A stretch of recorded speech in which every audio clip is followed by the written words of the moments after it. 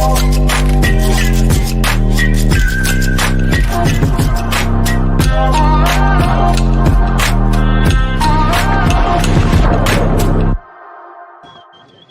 and welcome to the Talisker Whisky Atlantic Challenge 2022 for the arrival of our first pairs team. We have the Dreamboats. They're coming in, having rowed 3,000 miles across the Atlantic Ocean, all the way from the Canaries to the Caribbean. These guys have charmed us the whole way in. So pleased to be here and actually thinking it's a bit of a mirage. You're looking at the Dreamboats, our 16th boat to arrive, our first pairs team. Moments away from crossing the finish line. Send in your messages of support, guys. Thank you so much for joining us. These guys have got such a turnout today, and it's a beautiful time of day for them to arrive as the sun is soon to set. Super excited to see humans. And if you can see over there in the left, there's some humans in the water swimming. And they've done it! Yes, boys! Yes! How lovely. Charlie and Ben. These guys have been rowing for 40 days. Can you hear that? People in the water shouting and cheering. There's about 12 of them just hanging out in the water. Oh, they're rowers. I can see HMS Audacious. Yes, they're fellow rowers. HMS Audacious there in the front. They swam out to see them. How wonderful is that? 40 days on this little boat, these guys have been rowing across the ocean. Ben Towell and Charlie Layton are celebrating their arrival. Yeah! Come on, boys! Yeah! Yes, boys! High fly's a big one! Yeah! Oh, yeah! Yes, boys! Yeah! Oh, look at that. One more! Yeah! Woo-hoo! Yes, boys! Yeah! Woo-hoo! Yeah! Woo! All right, boys! Yeah! Come on, boys! Yes! Yeah! Woo! Yes, boys! So happy to see their friends and family up on the fort. Absolutely gushing.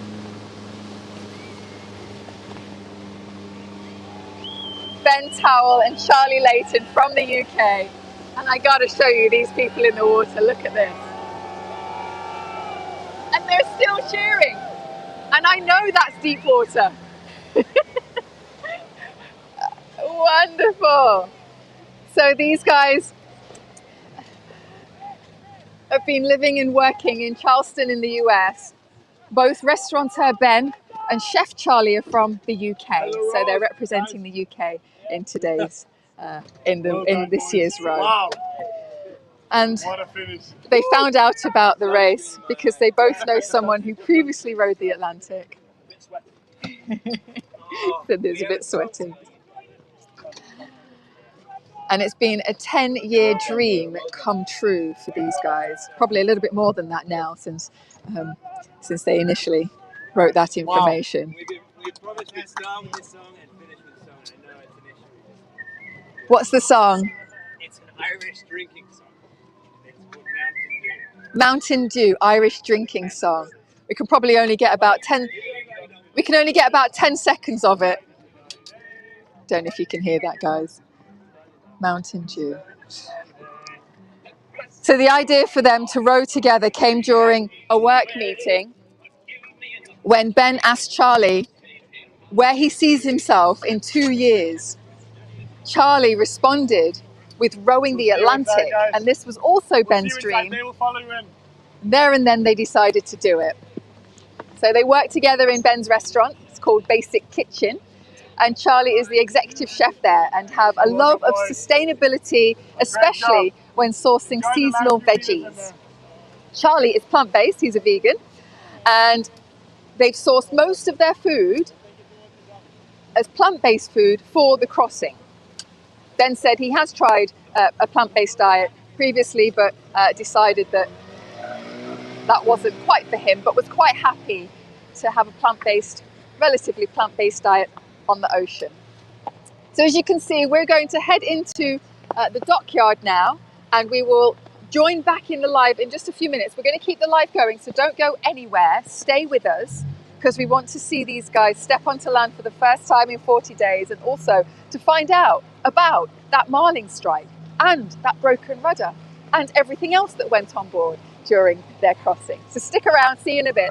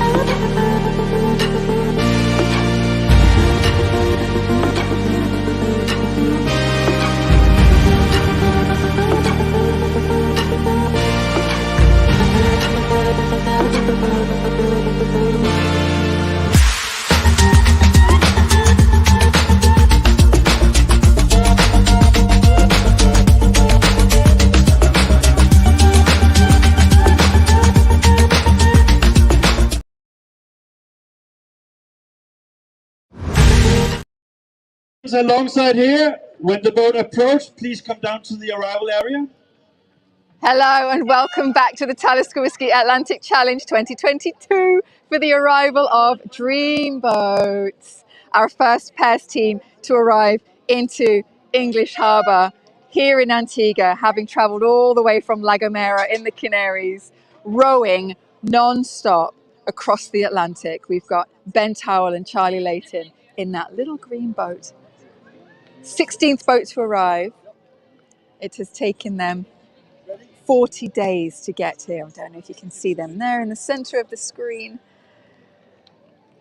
These guys have been rowing for the Green Heart Project, who put outdoor classrooms in schools to learn about produce and where food comes from. Their friends and family are all here, excited, kitted out in their branded t-shirts. Look. Look at the excitement on their faces. I think Ben and Charlie are just going to row the last meters, of course. They just did 3,000 miles across the Atlantic Ocean. So let's pop some flares and give them some noise and a big applause and welcoming to Antigua.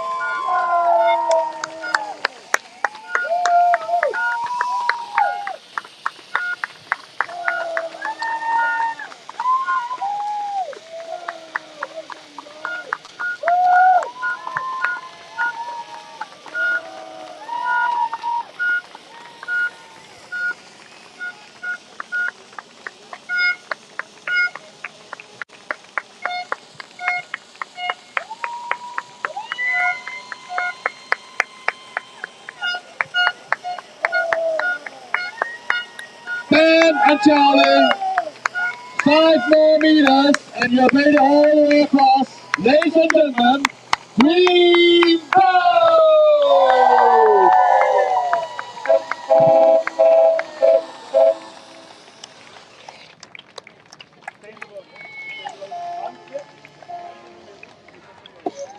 The Green Heart Project charity that they're rowing for, utilising school gardens and urban farms as tools for teaching. And in fact, Ben's son goes to one of their schools and has kale and strawberries and all sorts of earthly delights in his backpack when he arrives home.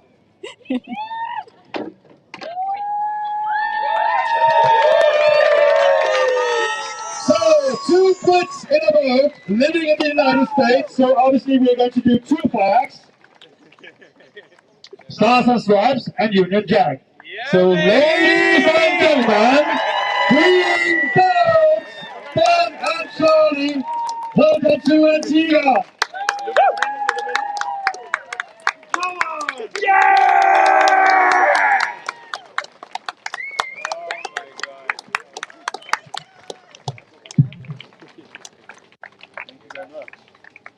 Oh, wowee. Soon you will be with family and friends. It's torture. So, ladies and gentlemen, the banner says it all. We rode the Atlantic, indeed the day. Yes! Yes! So a big applause to Ben and Charlie.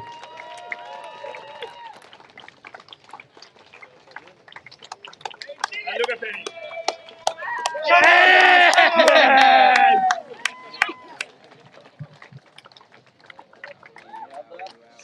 So, ladies and gentlemen, first of all, again, thank you for showing up here at the beautiful Mrs. Dockyard. The first pairs team to arrive in Antigua, Dreamboats. Would we like them to step on land? Let me ask again, would we like to see Ben and Charlie step on land? Guys, welcome to Antigua. Who's the first one?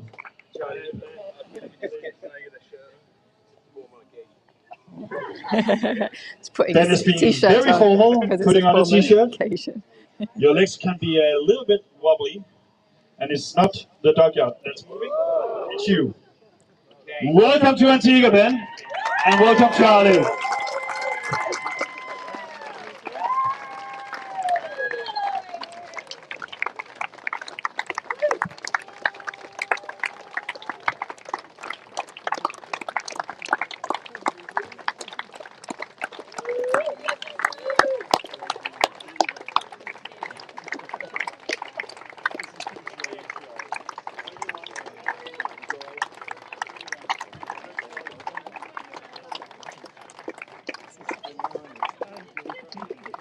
when Ben was coming in. When they were coming in, Ben said that he asked us if we were real.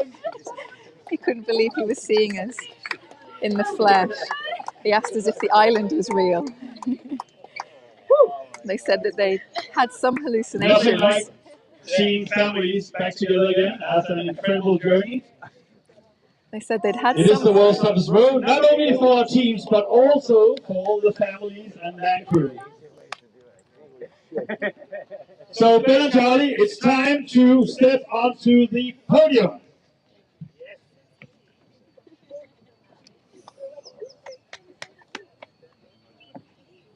Oh my God. This is unbelievable. Wow.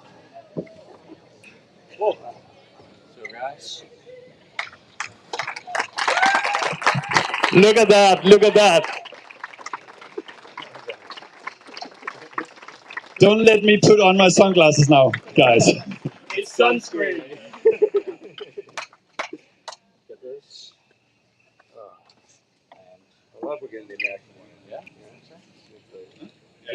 In the corner? Yeah. So ladies and gentlemen, let's give it up and make some noise for Ben and Charlie, two Brits living in the United States of America.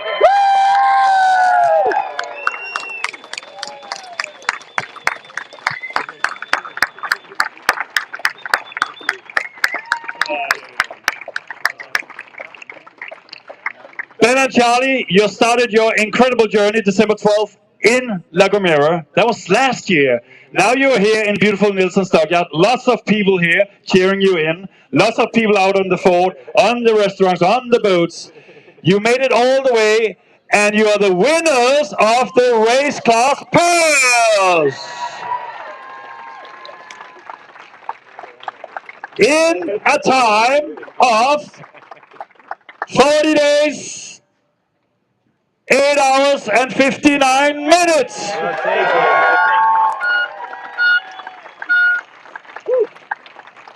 There was a little pause because I just told some spectators it was 41 days. These guys are just faster. Eh? Very well done. We have a certificate of achievement handed over by fellow ocean rower Kavinia from Antigua. Big applause. Also some gift bags from Antigua and Barbuda government, again handed over by Kavinia. Oh, thank you. So guys, here you are. It's Saturday evening. What an arrival and a great start to maybe a long evening. It's a good place to finish a row. You made it all the way in 40 days, 8 hours and 59 minutes. You got this idea, I think, separately. You have each a friend who have done it before. I think it's Bobby and Andy, different years. But so a seed was planted, and you came up with this great idea, and suddenly you work at the same restaurant. You're chefs. We're going to talk a little bit about the food on board in a while. But how was it to take on the world's toughest row? It was honestly mind-blowing. The greatest thing I've ever done.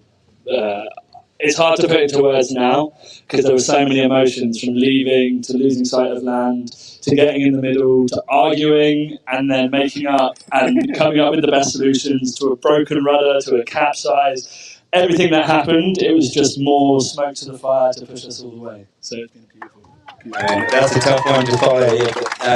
Yeah, ocean rowing will strip you bare and then try and build you back up if you've done the work. So it did exactly that to us, and we've been dreaming about this moment. So it's just amazing to be here. And just like a big thank you to Angus Collins, our weather router, who was an absolute mastermind and got us all the way. Duncan Roy, the world's greatest rowing coach, I'm going to say. And everyone on the Atlantic campaign's team, just late night calls with Ian with big swells and a few questions, and then holding the rudder in my hand saying, I'm not quite sure what to do. So the response was duct tape and beeswax. And if you look, that's what we got. We've done 1,000 miles with duct tape and beeswax. CBD infused beeswax. So you work in a restaurant, in a kitchen. It can be busy, it can be stressful. Anything you can take away from this role, the world's toughest role, when you maybe have some colleagues in the kitchen that are complaining about the stress? Keep calm. Just keep calm. Keep your head together. Think through, and you'll just get it. I think honestly, working in the kitchen really helped in the big stressful moments when everything's coming at you. You have to just take a second, breathe, look at it, assess, and just do what you know is right. Great words. A big applause for those. Food-wise, being chefs, what do you miss the most? Well, Charlie's vegan, and I basically went most of the way with him on that. I regretted it slightly sometimes. I also ate most of our snacks within the first 10 days, which I apologise now for, Charlie. We got it. It's all good. We got it. So, 40 days out on the ocean, there's been lots of time to talk about future challenges. Anyone in the making? We've talked about a few. We're gonna keep them close to our chest, I think. No, nothing. My wife's No more rowing. No more rowing for Ben. I promise, Kate. No more rowing. Maybe some cycling. Maybe some mountains to hike. But probably actually just opening another restaurant. That's a big enough challenge. Yeah. That will be easy peasy. Ladies and gentlemen, you heard it all here. Dreamboats, after 40 days, 8 hours and 59 minutes. Let's get the Saturday started with a big hip hip hooray for these two incredible, inspirational young Brits. Ladies and gentlemen, hip hip! Hip hip! Hip hip! We are now doing a live interview on YouTube and Facebook with Charlotte, so you can sit down. And then after that, you will have your first meal. And back with family, of course. What up, boys? guys. And that first meal might well have meat in it, Charlie. Ben, sorry. Yeah, I mean, I'm good. Not Charlie, you don't want meat. Does that feel good? So you've got your friends, family, supporters, sponsors, everybody back home who couldn't make it to be here with you in the flesh. Anything that you'd like to say to them? Oh, I've got a year of doing people favors. We've had hundreds of people over the last 2 years just give their time and been so generous, and sponsors, and the answer to Carson's question is what's next is just a year of giving back, and thank you everyone for all your support and following along, and we've just the community in Charleston, it's just been unbelievable, so thank you, and really couldn't have done this without so many people, so a year of giving back. No, that's lovely. Anything from you, Charlie? Yeah, I think the same. Like, it's been like since we launched our campaign, and in Charleston, it happened at the right time, and we met so many amazing people that gave so much. It was really like a humbling experience to see so many people get behind us, and that really helped us push us along the way. Like, just thinking of everyone back home and how much support we had. Like, just one to put at Sullivan's Island Elementary. Every kid wrote us a letter, and we had them like all the way through, and it was like honestly one of the most beautiful moments. Like, You've got this. The most amazing from 6-7-year-old letters. It's just amazing. Aww. And the whole school doing it. They sent us voice notes, and it's just amazing. That's really lovely. Yeah, really beautiful community effort.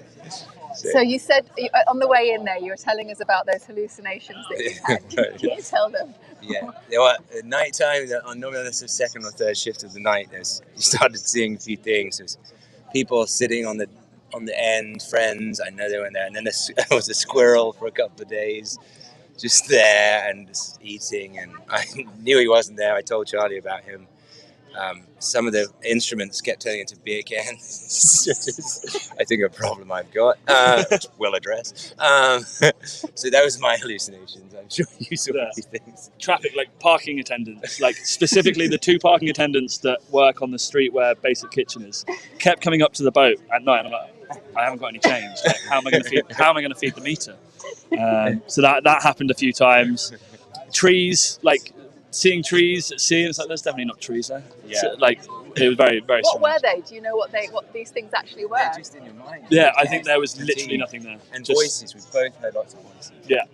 And every time waking up at night, I felt like I was actually outside on the oars, but I was in the cabin. Yeah. And you wake up and it's am I like, inside or yeah, outside? and you feel upside down, and it was weird. So quite surreal to be here. So what's your takeaway memory? What's that thing that's going to bring you back to those moments on the Yeah, they always said during the time, I think you're always going to remember the toughest bits. That, like at the time, I wish this wasn't happening. So I think we'll remember a few key moments.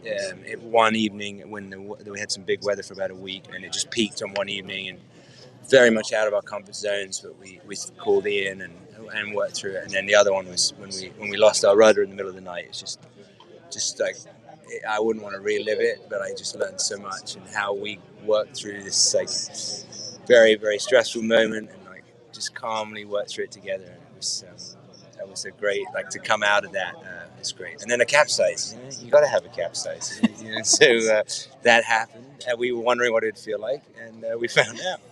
The boat self-rights. How do you think it strengthened your working relationship? Honestly, I said all the way, like from like maybe day 10, like I couldn't do this with anyone else. Just the dynamic of the team and how it worked. Like there'd be days where I was tired and honestly a little bit of a dick, excuse my French. And Ben's just got this knack of just being like quite calm about it and just being like, no, let's talk now. And we're sorted. And then there's like when he's like doing like, okay, I was like, well, hold on, let's just think about it. And we both know, we knew when to like stop each other and be like, let's double check. Let's do this. The rudder was a prime example. Like, we're doing it. Okay, let's duct tape it. Okay, let's wax it. Okay, let's do this. It's just, I honestly, like, to do it with my best friends and one of the best people that I've ever met. It's been really real. Oh, you legend. Oh, Charles.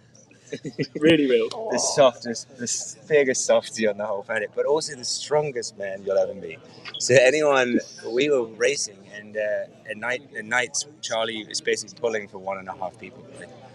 I'm not as strong as Charlie, so we won because he's so strong, and that was a very amazing thing to have. As long as he's fed chickpeas and he gets enough sleep, the guy can do anything.